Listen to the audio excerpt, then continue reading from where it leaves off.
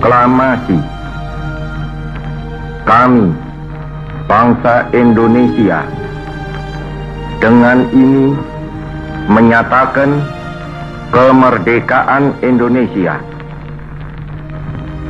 Hal-hal yang mengenai pemindahan kekuasaan dan lain-lain diselenggarakan dengan cara saksama dan dalam tempo yang sesingkat-singkatnya.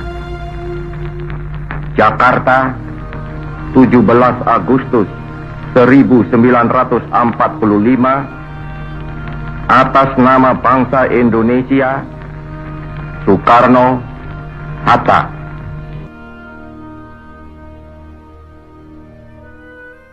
Assalamualaikum warahmatullahi wabarakatuh. Tahun ini, negara kita tercinta menyambut hari kemerdekaan yang ke-76. Banyak kisah terkenang dari para pahlawan tercinta yang ikhlas berjuang mempertahankan negara demi keindahan masa depan generasi bangsa yang gemilang. Perlu semangat dan perjuangan kita bersama dalam membangun bangsa. Pada hari ini, doa, harapan, dan impian kami, semoga Indonesia selalu berjaya, aman, dan sejahtera. Dan juga Indonesia terbebas dari pandemi COVID-19. Selamat Hari Kemerdekaan Republik Indonesia yang ke-76.